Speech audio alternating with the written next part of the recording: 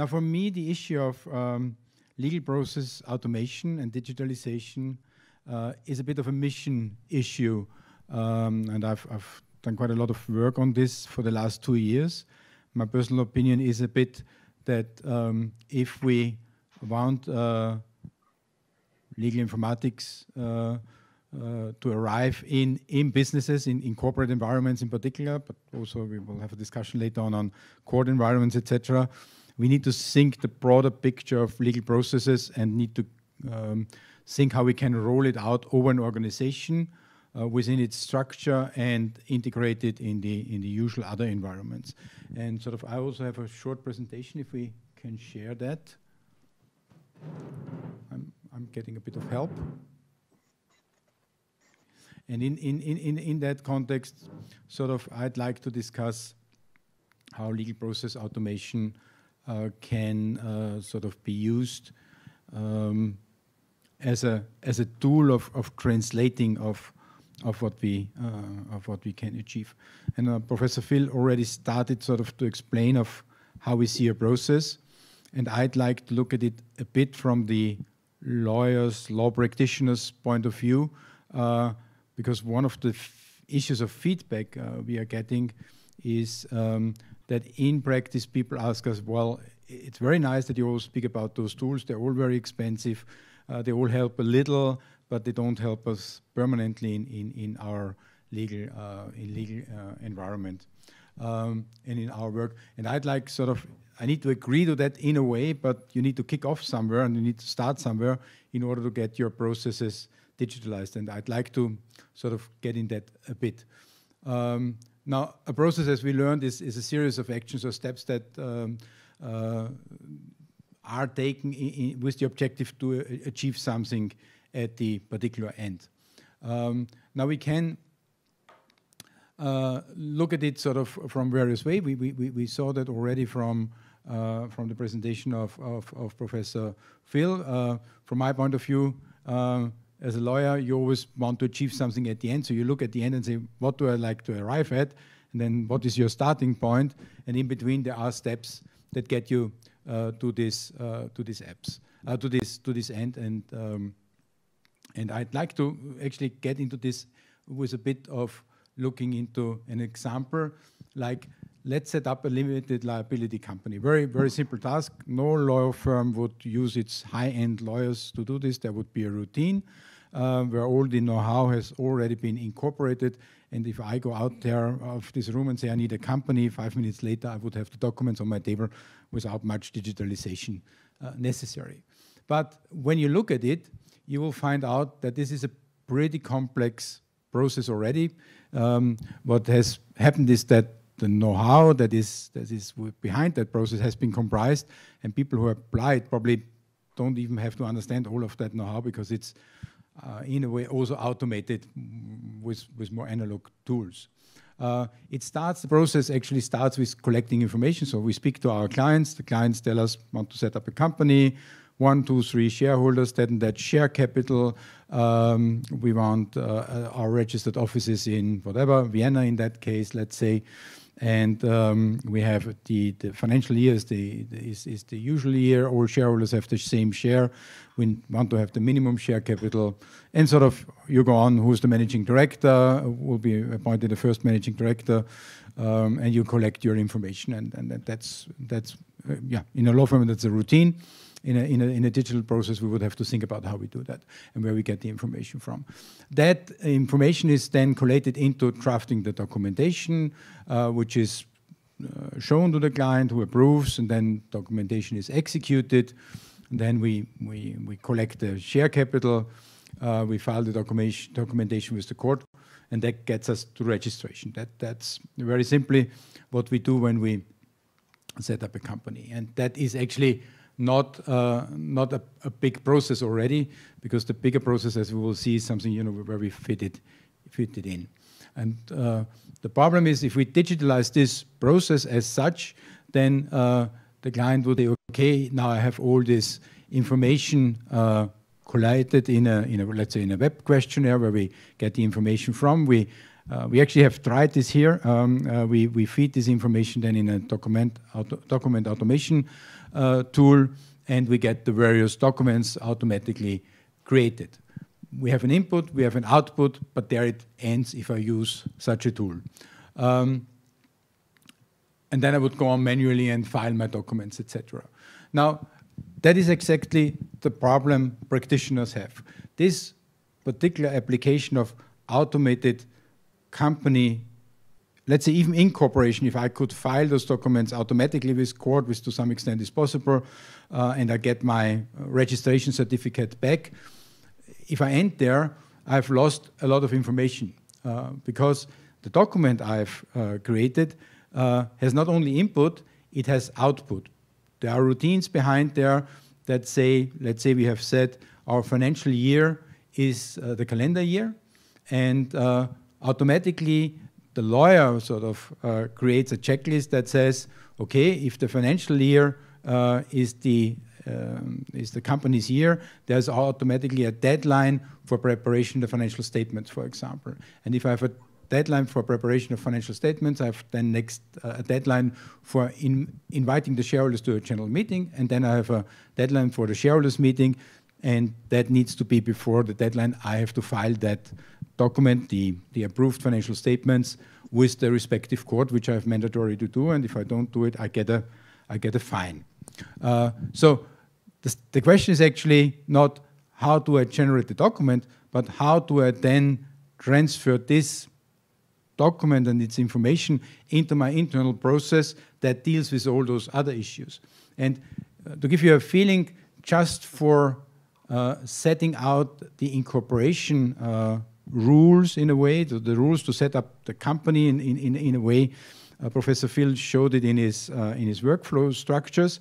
There's about 16 pages of questions and answers and options and variations you could go for, and that's just a simple version. There are, of course, more complex structures where you have additional shareholder options that we actually in a basic company formation don't even consider to think about. So that is where the complexity is when you think about such a process. And then if you go on, you'll understand that for each simple step in your processes, you have data and information on one end, that's the information you get from the client, or the information you might retrieve from a court or some other external sources. And then you generate data in terms of you create a document that applies the information with a combination of data you have received, legal rules that apply, and some standards that apply, and that generates an output is the company articles, for example, or the application for registration and other documents. So these documents, again, include automatically generated information that is, because of legal rules that apply, sort of concluded to be the output based on the input we have received as lawyers. So the issue is, if we then would like to move on with these documents and information, we would have to think about how do we get this information back into systems. And systems might be, for example, compliance tools, HR tools in a company, might be corporate housekeeping tools that a company might be using already. And our process, therefore, would have to need to, number one, it would have to be transparent, so everybody can understand what actually happened in that process and why is the data arrived we generated. And the second thing is we would have to be able to export that data into those other tools, so we would have to need APIs or interfaces that are accessible for the other tools, or where we can pass through information in a way that the other tools can import them into their various databases and processes. And then we start to think about processes in a legal context, how we as lawyers in private or in corporate practice would see that. I've taken here now a slide from the Lynx project where we're also involved in a way. And Lynx is a Horizon 2020 project led by the Polytechnical University Madrid. You have seen Victor on Monday, or it was on Tuesday, June 9. And that project deals with the issues of where is information coming from, what are the sources? There are legal sources, there are documents, there are other open data like court decisions, for example, or registers we can access. We want to extract that information to be able to do something with it, with all those tools legal informatics might be using. So, for example, this index project is a real one. In that context, MPL language and MPL applications are used to extract index clauses and calculate the index value, for example, automatically. But then sort of what happens afterwards? So once I've used all those tools to extract the data, and we have heard in our conference already what you could do to apply the tools, sort of what is the next step? So what do? We would like to pass the information on. We want to link the data in a way that it can be used for other purposes going on. It might be in a corporate environment, it might be at court, it might be in databases that are publicly accessible. If we make the data readable, usable, then we can reuse them within our various processes. So my sort of issue is you need to, also for company information, you need to take off that data and think what can you else do. And so for example, when I set up my NewCo company, which here is right in the center, one of the next steps would be that I automatically, for example, apply for trade registration. How would I do that? The company would have a company purpose in its articles. That's one of the information parameters I have obtained, which I would have in the articles already translated into the sort of relevant code language that the code is providing. And sort of if I've stored that data, I could then automatically apply for trade registration with a trade register, which is a simple filing, and I would have to meet certain parameters. I might meet a commercial director that has certain qualifications. I would have probably to file some other information, and once that registration is done, I get it back. And once I have done that registration, sort of corporate housekeeping, for example, could take over and write down sort of what are the periods for which the license has been issued, for example, and then you would have deadlines by which you again address the issue and provide the next filing or etc. And on the other side, we already discussed this issue of annual accounts. You would generate information of general accounts that would have to match with your data you provide in accounting already, so your finance tools would actually have prepared those accounts, and if you could move the input from finance into your filing sort of procedures, you then could automatically run through the process of getting the accounts approved and filed with the respective court. And the next process is apply for tax numbers, because every company would have to have a tax filing and would have to have regular updates in filings, and you would have compliance tools, etc. So, you know, getting all those various processes already on the corporate legal level synchronized would help a lot. It's still in a corporate environment, the officers would tell you, yeah, well, that's fine, but we have all those other tools we need to manage. So how do we get the information there? And so when we speak about legal digitalization, and let's say we start with a new company that is set up in a corporate environment that has many other 100 subsidiaries, then you register your new company. You have to fit this in the various streams of organization you have already in that company. You have HR, you have sales, you have corporate, you have finance, you have tax, you have compliance, and so on and so forth. So we listed some here. We need to figure out in such a context of where does the company fit in the corporate hierarchy of a company. It is a subsidiary of one company. It might be a mother company, a parent company to another company. It's a sister company to a third one. It might have business branches in that group where it fits in. So you think about automotive, you have logistics, you have distribution, you have divisions where you produce electronic cars and more normal cars, and you might have an aerospace division in your company, and so on and so forth. And we need to link that with other information that we get from the outside, like legal information, regulations, etc. So that is sort of context of processes we think in a legal corporate environment. And Of course, digitalization will not begin, in that case, top-down. It will start bottom-up. But when it starts bottom-up, we need already at the beginning have in mind that what's the outcome, where would we like to arrive, where would we like to fit in. So because otherwise we'll design a process that probably nobody would like to use, because sort of the use above or beyond sort of the simple process of creating the documents for incorporating a company isn't much use for the company either, and the process as such is so simple that it's automated already. So digitalization needs to fit in the bigger picture of a company. We tried to put up another sort of explanation for that here. And it is, as we said, already a simple registration or a red dot as beginning of a digitalization process. But whenever you're out there and would like to design and think about digitalization in your environment, you need also to understand of where are you already in your environment, what is there, what are the other processes that exist, and how could you fit in those other processes, and where actually the other way around could you derive data already from. So think about HR, your managing director in your new company needs a contract for his directorship. He might be already an employee in the group. So you would have the data for the input for the contract already in your HR database. So you might need some additional input of what salary does he get for that particular job? Is he appointed for 1, 2, 3, 4, 5 years to serve on that job? But all other data might be already collated in the database.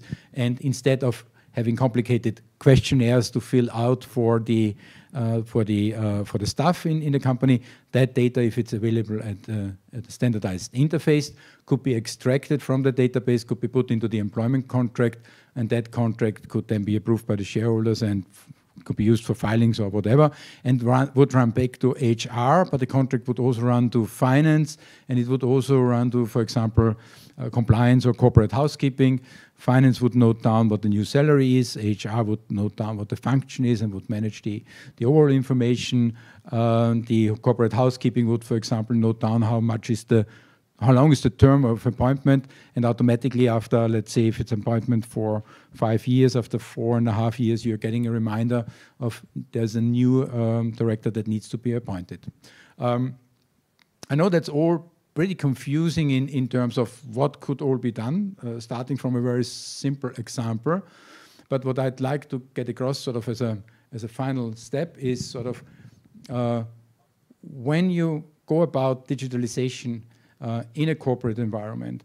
I think in our conference where research meets practice, you see there are enormous tools out there, very bright people who have thought about many individual problems, but there is the sort of digitalization team at the company that needs to think about how do we fit it in to our environment to make sense, how do we convince our management to make sense of such a structure. Of course, there can be enormous benefits by digitalization. If you, for example, automate corporate housekeeping, you could have a number of very quick wins to arrive at very efficient tools quickly.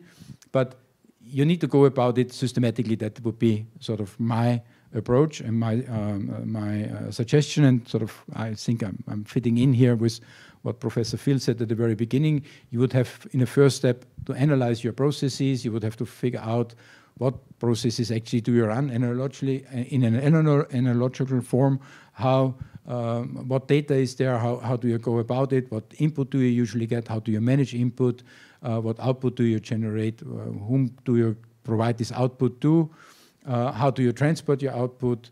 And once you sort of know your processes, you would have to analyze your digital environment, not only in your department, but in the wider context of the firm, sort of, or the organization, to see what data is already around there, where is data you are using, where could that data be derived from automatically and not sort of analogically how you get it at the moment.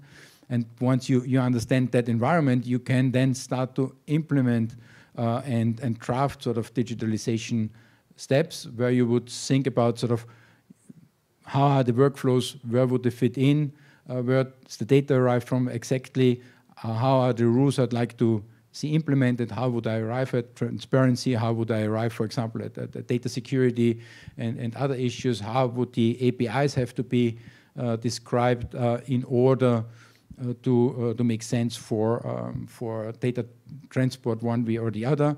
And only then you would get down in starting first implementation steps and sort of a final sort of remark on use market available tools versus do your own developments. I think it's a mixture. If you find a tool that fits in well, why wouldn't you use a tool? But very often such tools are very, very focused on a particular application. They are cloud-based. Data is not always probably managed that easily because the tools, many of the tools we see there are also having sort of the objective of using that data for other purposes, in particular learning for their own purposes. So you need to figure out what sort of tool do you really want, how does it fit in, is it transparent to you, do you control your data? One of the remarks I would make, don't buy an expensive tool which you use as a single tool without any further use. You probably relatively quickly will find out that you waste your money. So when you go out there, speak to the experts, take advice, and experts, by experts I mean, you know, people who on the one hand understand process automation, put them together with people who understand your legal processes and put in your own team, put them together with people who understand your digital environment, put them together with your IT people, and then sort of get to people who know the market environment and the tools and the techniques who are out there. Also consider open source tools. There are a big number of open source tools that can be used for applications. They probably need adaptation and further development and more work, give you more flexibility on the other side. And at the end of the day, please be aware that digitalization in the legal domain will be a process for years. If you want to achieve something over time, start now or start early. Look at the market. And then you evolve and will get to a good product probably over time relatively quickly. And there are, can promise you, quick wins on the way relatively soon. So that would be my statement. Thank you.